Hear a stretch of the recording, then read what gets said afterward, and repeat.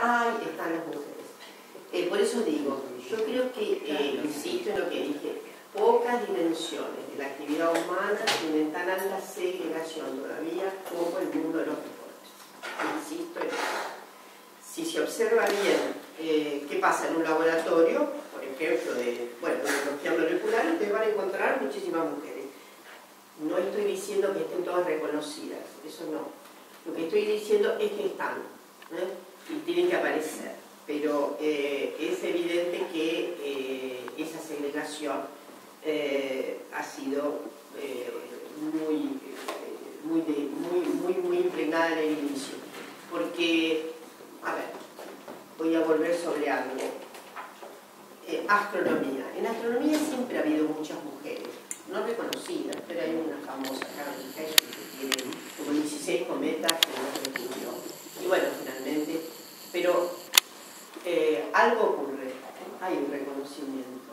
En cambio, las proporciones de reconocimiento dentro de las que ejercitan, de las personas que se movilizan dentro del ámbito de los deportes y de educación física y demás, evidentemente han sufrido muchísima más segregación. Ni hablar de unas cuestiones hasta más recientes. Yo recuerdo que fue en los años 90 que hubo un campeonato de tiro, lo ganó una mujer.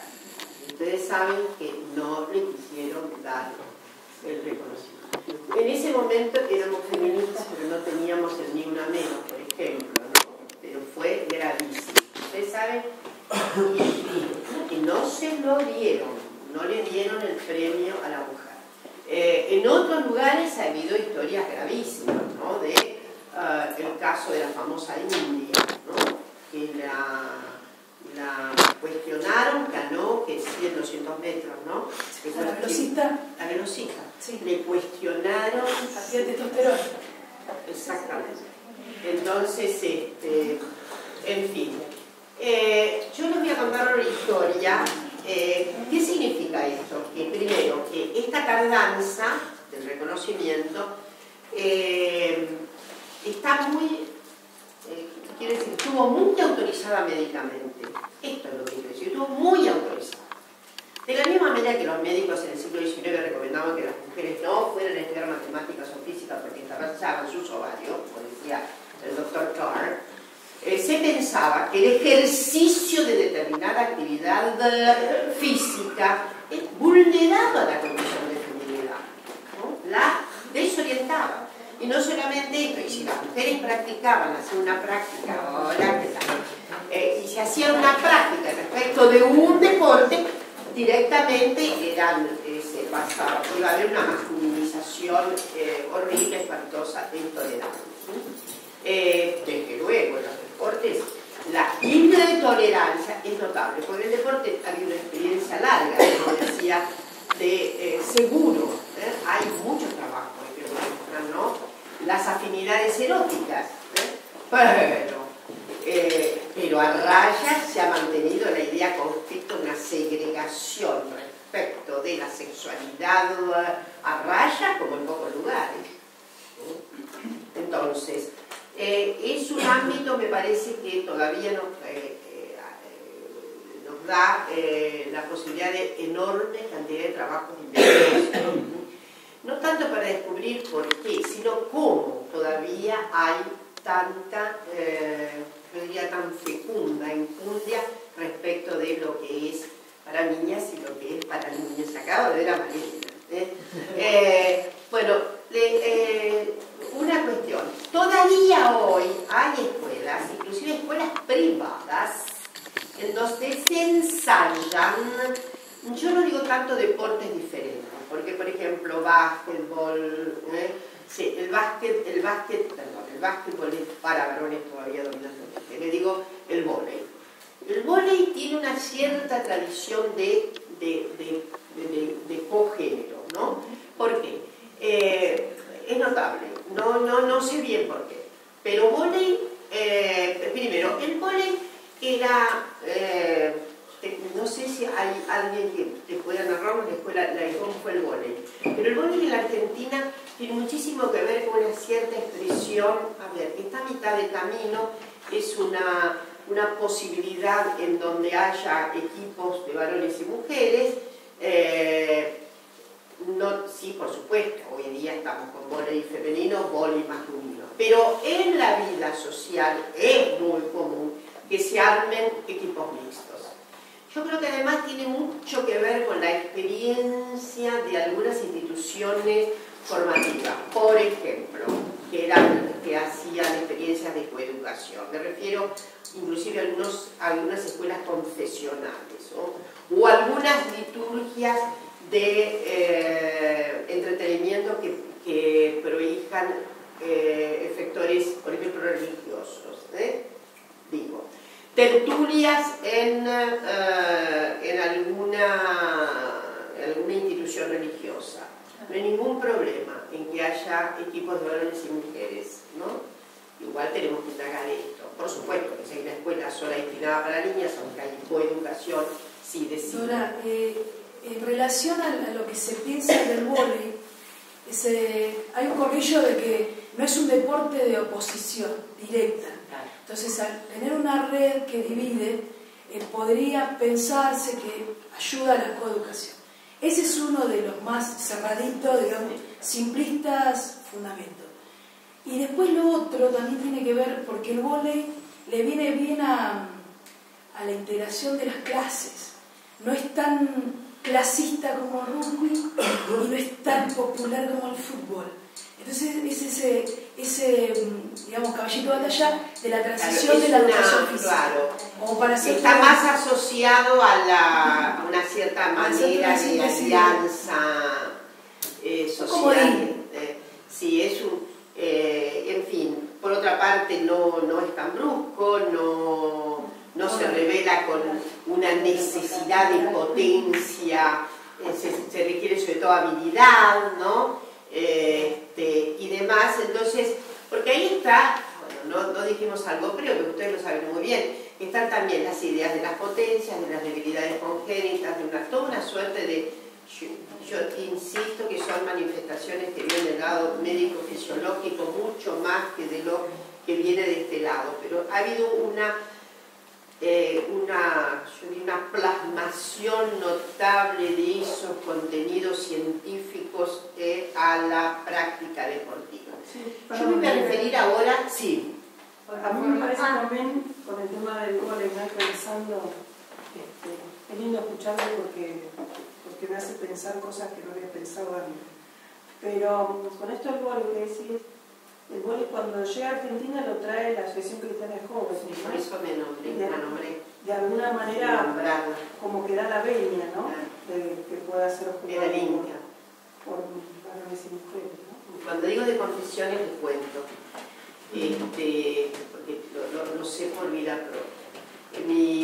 Por parte de mi madre, mi familia es de origen protestante. No viejo judío protestante europeo, no de los nuevos cultos evangélicos, muy viejo. Y justamente, por efectos de la Asociación Cristiana de Jóvenes, en general, todos esos grupos donde hay iglesia metodista, en las tertulias que se consagraban a las familias y demás, al aire libre son muy habilitadoras del vóley, ¿no? Como juego permitido para chicas y chicos, señoras grandes y señoras, y que no tiene la misma...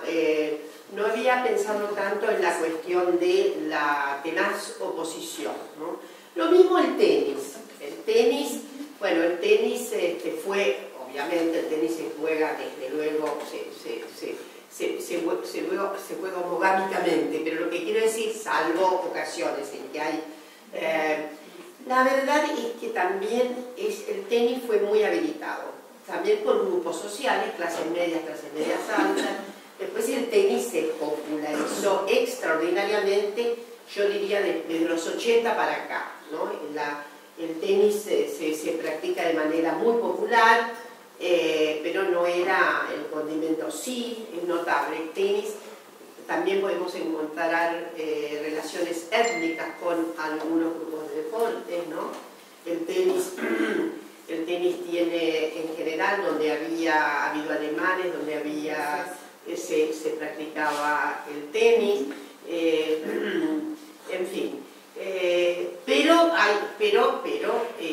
De todas maneras, son dos cuestiones. Una es cierta habilitación para que esos deportes organicen las mujeres, sin mucho problema, y otra es cómo ha trascendido el reconocimiento en las comunidades de deportes, en la comunidad, y cómo trasciende socialmente el ejercicio de ese deporte. Entonces, lo que estamos diciendo es que socialmente se ha corrido bastante, pero todavía hay una habilitación de rareza, es la realidad. Perdón, Dora, para seguirte un poquito, vos decís entonces que esa cuestión de qué deportes deberían ser de varones y mujeres tiene en principio una división sanitarista más que moral, sanitaria y fisiológica. Está basada en ese presupuesto. Miren, es muy común encontrar en las predispuestas condiciones de posibilidad de la ciencia del siglo XIX, predispuestas condiciones de posibilidad moral. Es íncito, la idea de una moral social que está dicha por la ciencia. Esto de los hechos diferenciales, hoy sabemos que todo esto felizmente ha caído. ¿Por qué? Porque la ciencia dice, la ciencia que dice, lo que hace es relatar racionalmente lo que pasa en la naturaleza. Entonces para la biología, supongamos, la existencia rígida del sexo femenino y del sexo masculino no se dispone a ningún tipo de movimiento oscilatorio. Siempre vamos a decir lo mismo. Bueno, para los biólogos y la bióloga. La biología no sabe que se llama biología. Comencemos por ahí. La naturaleza ha sido denominada. Todo lo que hacemos en el orden de la ciencia estamos denominando. Entonces imagínense, ¿qué es el sexo? ¿Qué es esto? Es una construcción social y cultural, ¿no? Y esa construcción social y cultural que dice que es sexo esto, primero hay ya biológicamente como 5 sexos. Biológicamente como 5 sexos. De la mónada hasta pasando por diferentes... Hay un debate. ¿Hasta qué? Y hay un sexo social. Entonces que desde el punto de vista biológico ya tenemos muchísimo, me refiero a lo que dice la biología. Y después la biología cada vez habla menos. Primero porque nunca habló. Nunca habló. Miren, imagínense si la naturaleza, ¿saben qué? Yo me llamo mar. ¿Se entiende lo que quiero decir? ¿A dónde voy? Que todas estas son construcciones sociales, es el lenguaje el que habilita que haya cierta rigidez estereotipada acerca de que un sexo determinado tiene una forma arquetípica determinada y una orientación sexual determinada. Eso se le ocurrió, digamos, a una cierta rigidez, sobre todo desde el siglo XVIII, XIX y hoy, ¿no? Y ahí hay una plataforma moral. La plataforma moral es que lo que es sexualmente femenino es sexualmente femenino. Y lo que es sexualmente masculino es sexualmente masculino. Entonces, eso es de interés de la ciencia. No, la vida es otra cosa, ¿no? El interés de la ciencia está muy basado en preconceptos de tipo, obviamente, patriarcales y morales. Por abajo de toda esa estructura, ahí hay valor patriarcal. Yo le voy a decir algo, perdón por la digresión, tengo 10 minutos nomás, ¿no? No sé. Le voy a decir algo en este gran debate que estamos ganando y que tendremos ley. Para mí hay un presupuesto, y quiero agarrarlo como hipótesis, no como conjetura. Ustedes deben saber que en general el mayor obstáculo que vamos a tener para adelante es la objeción de conciencia de los médicos. A ver. Es que los médicos son confesionalmente más católicos y acendrados que los abogados, los arquitectos, las sociólogas, las ingenieras. ¿Por dónde se les ocurre a ustedes que está esa objeción? ¿No te parece que esa objeción es más religiosa? No, es más patriarcal, es mucho más patriarcal que religiosa. No es religiosa, es de orden régimen patriarcal. ¿Saben por qué? Porque la medicina es la que autoriza finalmente, es la que juega con la patrimonialidad imaginaria del cuerpo de los otros. Ah, esta se hace el aborto. ¿Cómo? La medicina no puede consentir así nomás, ¿se entiende? Además, solamente para terminar, y hay otro tono moral. Ah, anduvo haciendo eso. Miren, acá va a aparecer alguien, una nota extraordinaria de Calvino, ¿no? De Ítalo Calvino, ¿no? De Calvino, notable, que ha aparecido, y sugiérese que hay ahí una especie de censor moral. Yo tengo que atender lo que esta anduvo haciendo por ahí. Perdón, eso no es religioso. Eso es censura patriarcal. No tiene que ver, si ustedes van al fondo de la cuestión, no tiene que ver con principios religiosos. El mismo señor en ese hospital no hace aborto, pero en la clínica privada no tiene ningún problema de la objeción de conciencia, porque en realidad como le pagan, etcétera y demás. Entonces quiero decir que esa malla debe ser comprendida, la malla esa, no como un sustrato de tipo religioso. Es un sustrato patriarcal, que se afina con procedimientos mentales patriarcales y que además hace que la ciencia funcione como un sistema patriarcal, como ha sido tan descubierto sobre todo por las biólogas norteamericanas, las feministas, en torno de todo lo que es la biología disidente hoy día. Perdón, no le di la palabra, ahora se la doy, me entusiasmé con mi propio... Yo estoy jubilado como ginecólogo. Lo que usted dice, yo me planteaba que el listado de ginecólogos que se va a anotar como objetores de conciencia, la mayoría van a ser aborteros, por esta cuestión de la hipocresía, ¿no? Diga, por usted lo acaba de decir. Lo acabo de decir. Pero es suerte que usted coincide en grado, género y número. No, pero el otro, yo te escuché la semana pasada de sábado en clase Irlanda. La objeción de conciencia ahora tiene que ser única, una lista única. Sí, no claro. es que vas a poder ser en lo público claro. Objetor y en lo privado. No, es así, pero quiero decir que muchos de los que se van a anotar como objetores de conciencia. Yo trabajé 30 años en un hospital público, que conozco cómo son digamos, algunas cosas de esos medios. Me refiero que de los que yo conocía, los que seguramente se van a anotar como objetores de conciencia, lo que hagan en privado es mucho más difícil de poder demostrar. Claro. ¿Cómo es su nombre? Daniel Martín. Daniel, es verdad. O sea que es así, no tiene mucho que ver con la convicción religiosa. Tiene que ver con una acentuada formulación en términos de cierta idea patrimonial que la propia medicina tiene acerca de todo lo que es el corpus, ¿no? Y lo más notable que creo que está pasando en estas condiciones, y me parece fundamental, porque al final el deporte es el cuerpo, ¿no? Entonces hay pocas actividades en donde lo que está finalmente, ¿qué es lo que está ahí? ¿Qué es lo que de alguna manera funciona en la lógica y la inteligibilidad y en la experiencia? El cuerpo. Es el cuerpo. No hay algunos dominios, por eso que han sido fundamentales en el reconocimiento. Un dominio que ha sido fundamental en el reconocimiento reciente para el feminismo es el cuerpo. Miren ustedes. Las feministas, por ejemplo, la segunda ola, ¿qué descubrieron? El cuerpo. Descubrieron, saben que esa es la impresión que yo tengo, ¿no? Porque nuestras abuelas feministas tan extraordinarias, nuestras tatarabuelas, no tocaban su cuerpo, ¿no? No lo podían tocar, ¿no? Dios me libre ser erótica, Dios me libre, el deseo sexual se presenta recién como la evidencia de que es un deseo que debe ser, es el registro básico de la condición de posibilidad humana. ¿De qué estamos hablando? Estamos hablando de una condición humana, estamos hablando de...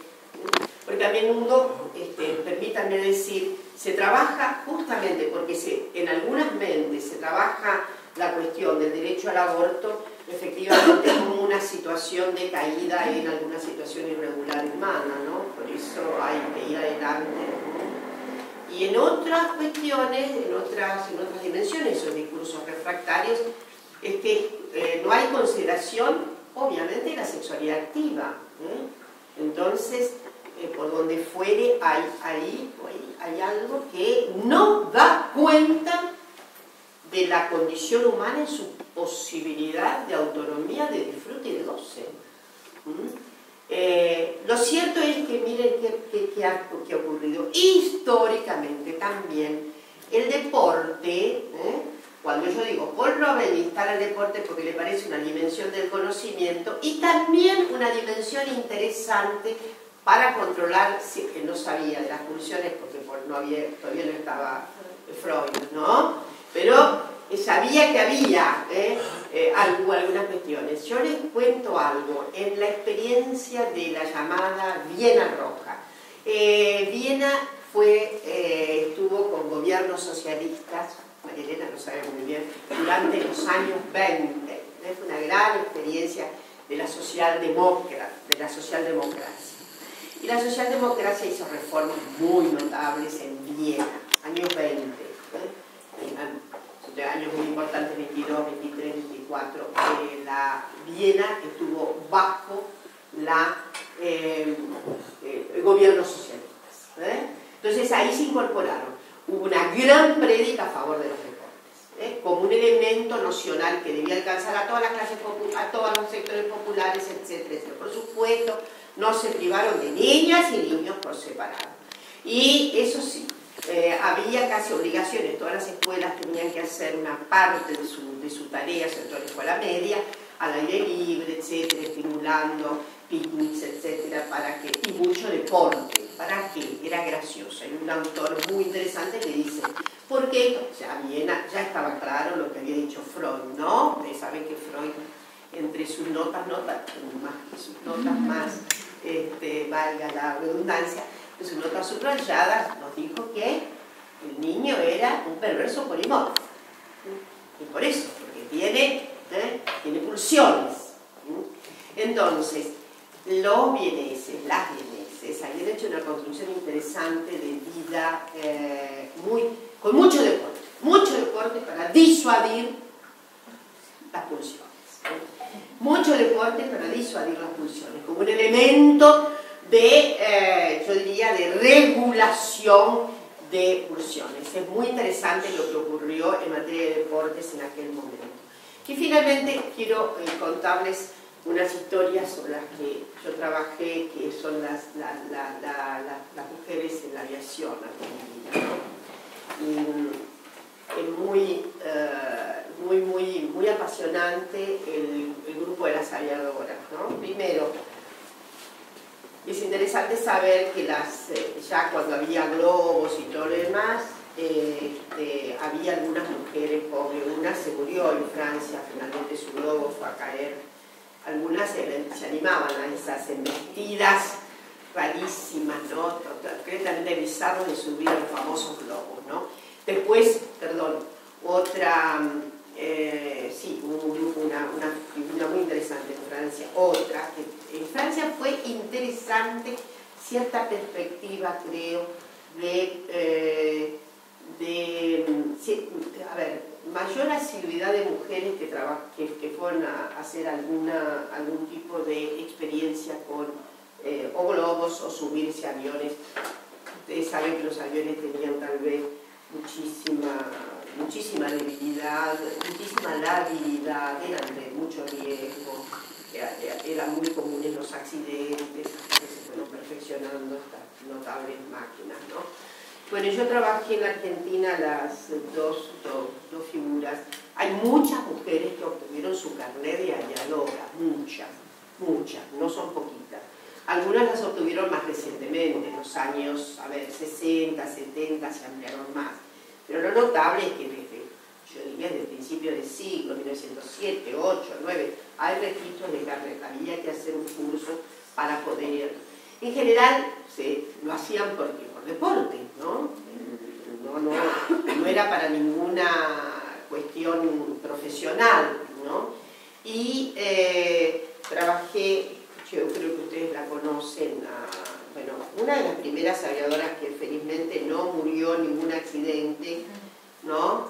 y que pudo haber sido, si hubiera podido destacar, fue muy interesante, fue Amalia Celia Figueredo, que luego se casó y abandonó definitivamente, pero esta es una figura increíble. Hacía raíz desde Rosario, Buenos Aires, saben que es un raíz enorme, ¿no? Hacía hasta antes de los años 30, un raíz bravo, no es así nomás, ahora nos parece, se imagina, ¿no? Fue la primera cuestión sobre María Celia, que fue, ¿qué es lo que pasaba? Lo mismo pasó con Carola Lorenzini. ¿Se imaginan? A Carola Lorenzini sí la han oído hablar, ¿no? ¿Todos la conocen? Carola, ¿no? ¿No? Ah, fue Carola Lorenzini. Carola, no, acá nadie había nacido ni de lejos, por eso, ¿sí? Sí, yo sí la ubico. ¿Vos la conociste? No la conocí, obviamente. No, ¿qué vas a conocer? Pero las hazañas de Carola no quedaron solamente en el territorio argentino. ¿No la conociste? Yo conocí a la familia. ¿Vos conocías la familia? Era el sobrino, todo. No me digas. Ella nació acá, en un pueblo cercano, en Dopar, en la zona de Brance, por ahí.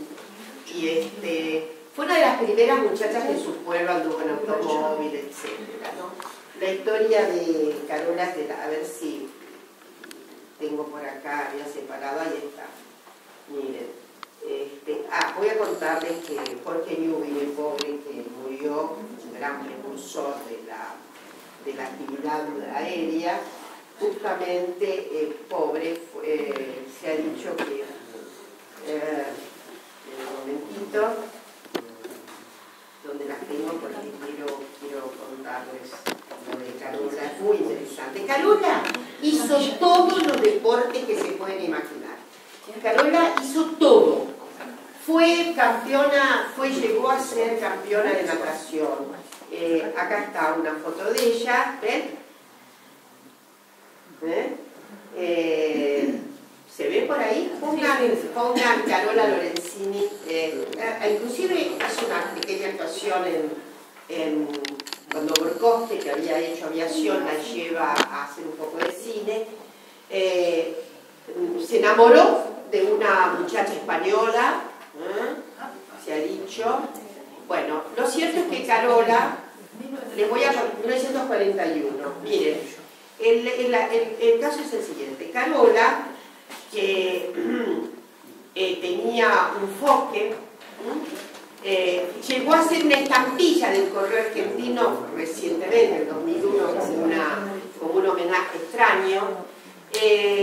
Carola fue múltiple deportista, múltiple. Llegó a tener casi un campeonato de natación, hacía desde luego todos los deportes que usted puede imaginar, cómo no, pero múltiples actividades deportivas. Bueno, se entusiasma con los aviones. Y yo me he imaginado el cuadro situacional de Carola siendo, que siempre tenía que tener, quien quería ir a ser aviador era un instructor, ¿no? Y mucho mecánico, un mundo completamente masculino. No se encontraba ninguna otra, nadie más que... a mí se me ocurre pensar siempre, cuando estaba trabajando estas historias, cómo discurrían con sobre todo los varones de la mecánica. Ella tenía que saber bastante mecánica, porque obviamente el avión respiraba con ella, si ella con un avión, ojo. Bueno, todo sujeto, eran aviones, imagínense, ¿no? Los Fokker, la línea de esos avioncitos que tenían tantos problemas y que